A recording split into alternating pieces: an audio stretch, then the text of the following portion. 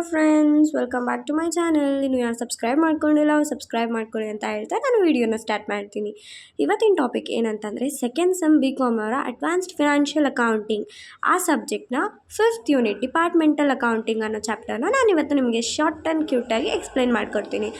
So first ಒಂದು example ಮುಖಾಂತರ ನಾವು ಲೆಸನ್ ಒಳಗಡೆ ಹೋಗೋಣ. ಫಾರ್ ಎಕ್ಸಾಂಪಲ್, ಈಗ ನೀವು ಒಂದು ಮಾಲ್ಗೆ ಹೋಗ್ತೀರಾ ಅಂದ್ಕೊಳ್ಳಿ. ಅಲ್ಲಿ ನಿಮಗೆ ಗ್ರಾಸರಿದೆ ಒಂದು ಸೆಕ್ಷನ್ ಸಪ್ರೇಟಾಗಿರುತ್ತೆ, ಕಿಡ್ಸ್ಗೆ ಒಂದು ಸೆಕ್ಷನ್ ಸಪ್ರೇಟಾಗಿರುತ್ತೆ, ಸ್ನ್ಯಾಕ್ಸ್ಗೆ ಮತ್ತು ಎಲೆಕ್ಟ್ರಿಕ್ ಗ್ಯಾಜೆಟ್ಸ್ಗೆ, ಇದಕ್ಕೆಲ್ಲ ಹೇಗೆ ಸಪ್ರೇಟ್ ಸೆಕ್ಷನ್ಸ್ ಇರುತ್ತೆ ಅಂದರೆ ಇದು customer point of view. So ನಾವೀಗ ಲೆಸನಲ್ಲಿ ನೋಡೋದಾದರೆ ಬಿಸ್ನೆಸ್ ಅವ್ರ ಕಂಪನಿ ಪಾಯಿಂಟ್ ಆಫ್ ವ್ಯೂ ಇಂದ ನೋಡೋದಾದರೆ XYZ ಲಿಮಿಟೆಡ್ ಅಂತ ಒಂದು ಕಂಪನಿ ಇರುತ್ತೆ ಅಂತ ಅಂದ್ಕೊಳ್ಳೋಣ.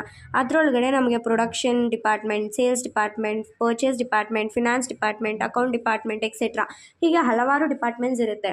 ಆ ಡಿಪಾರ್ಟ್ಮೆಂಟ್ಸಲ್ಲಿ ನಾವು ಎಷ್ಟು ಇನ್ವೆಸ್ಟ್ ಮಾಡ್ತೀರಿ, ನಮಗೆ ರಿಟರ್ನು ಪ್ರಾಫಿಟ್ ಎಷ್ಟು ಬರುತ್ತೆ, ಲಾಸ್ ಎಷ್ಟು ಬರುತ್ತೆ, ಮತ್ತು ಒಂದೊಂದು ಡಿಪಾರ್ಟ್ಮೆಂಟು ಏನೇನು ಚಾರ್ಜು ರೆಸ್ಪಾನ್ಸಿಬಲ್ ತೊಗೊಂಡಿದೆ, ಯಾರಿಗೆ ವೇಜಸ್ ಎಷ್ಟು ಕೊಟ್ಟಿದೆ ಅನ್ನೋದನ್ನು ನಾವಿಲ್ಲಿ ಕ್ಯಾಲ್ಕುಲೇಟ್ ಮಾಡ್ಕೋಬೇಕಾಗತ್ತೆ.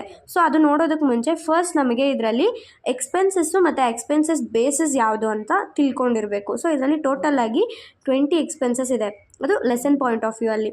ಸೊ ಅದನ್ನು ಒಂದೊಂದಾಗಿ ನಾನು ನಿಮಗೆ ಡಿವೈಡ್ ಮಾಡಿ ಎಕ್ಸ್ಪ್ಲೈನ್ ಮಾಡಿಕೊಡ್ತೀನಿ. ಈಗ ನೋಡೋದಾದರೆ ನಾವು ಫಸ್ಟ್ ಪರ್ಚೇಸ್ ರೇಷಿಯೋನ ನೋಡೋಣ. ಅದರಲ್ಲಿ 3 ಎಕ್ಸ್ಪೆನ್ಸಸ್ ಇರುತ್ತೆ: ಕ್ಯಾರೇಜ್ ಇನ್ವರ್ಡ್ಸ್, ಫ್ರೈಟ್ ಇನ್ವರ್ಡ್ಸ್ ಮತ್ತು ಡಿಸ್ಕೌಂಟ್ ರಿಸೀವ್ಡ್. ಇದು 3 ನಮಗೆ ಬರೋದ್ರಿಂದ ಇದು ಪರ್ಚೇಸ್ ಆಗುತ್ತೆ. ಫಾರ್ ಎಕ್ಸಾಂಪಲ್, ಇವಾಗ XY ಕಂಪನಿ ಅನ್ನೋದು ಒಂದು ಬಿಸ್ನೆಸ್. ಈ ಕಂಪನಿಗೆ ಗೋಡೌನಿಂದ ನಮಗೆ ಸ್ಟಾಕ್ ಆಗಿರಲಿ, ಮೆಷಿನರಿ ಆಗಿರಲಿ, ಆರ್ ಸಮ್ ಪ್ಲಾಂಟರಿ ಆಗಿರಲಿ, ಇದೆಲ್ಲ ಏನು ಬರುತ್ತಲ್ಲ ಇದನ್ನೆಲ್ಲ ನಾವು ಪರ್ಚೇಸ್ ಮಾಡ್ತೀರಿ. ಅದರಿಂದ ಇದು ಪರ್ಚೇಸ್ ರೇಷಿಯೋ ಆಗುತ್ತೆ. ಹಾಗೆ ಇಲ್ಲಿ ಡಿಸ್ಕೌಂಟ್ ರಿಸೀವ್ಡ್ ಅಂತ ಇದೆ. ಇವಾಗ ಸ್ಟಾಕ್ ತೊಗೋತಿದ್ದೀರಿ, ಅವ್ರು ನಮಗೆ 10% ಡಿಸ್ಕೌಂಟ್ ಕೊಡ್ತಿದ್ದಾರೆ. ಸೊ ಅದು ಕೂಡ ಪರ್ಚೇಸ್ ರೇಷಿಯೋ ಆಗುತ್ತೆ. ಸೊ ನೆಕ್ಸ್ಟ್ ನಾವು ನೋಡೋದಾದರೆ ಸೇಲ್ಸ್ ರೇಷಿಯೋನ ನೋಡೋಣ. ಅದರಲ್ಲಿ ಕೂಡ ಕೆಲವೊಂದು ಡಿವೈಡ್ ಮಾಡಿದ್ದೀನಿ, ಅದೆಲ್ಲ ಸೇಲ್ಸ್ ರೇಷಿಯೋ ಆಗುತ್ತೆ. ಅಂದರೆ ಇವಾಗ ನಮ್ಮ XYZ ಅನ್ನೋ ಕಂಪನಿಯಿಂದ ರಿಟೇಲ್ ಶಾಪ್ಸ್ಗಳಿಗೆ ಆಗಲಿ, ಹೋಲ್ಸೇಲ್ ಶಾಪ್ಸ್ಗಳಿಗೆ ಆಗಲಿ ನಾವು ಸೇಲ್ಸ್ ಮಾಡ್ತಿದ್ದೀರಿ, ಆಮೇಲೆ ನಾವು ಅವ್ರಿಗೆ ಡಿಸ್ಕೌಂಟ್ ಕೊಡ್ತಿದ್ದೀರಿ. ಸೊ ಡಿಸ್ಕೌಂಟ್ ಅಲೌಡು ಬರುತ್ತೆ, ಇದೆಲ್ಲ ಸೇಲ್ಸ್ ಆಗುತ್ತೆ, ಸೇಲ್ಸ್ ರೇಷಿಯೋ ಆಗುತ್ತೆ.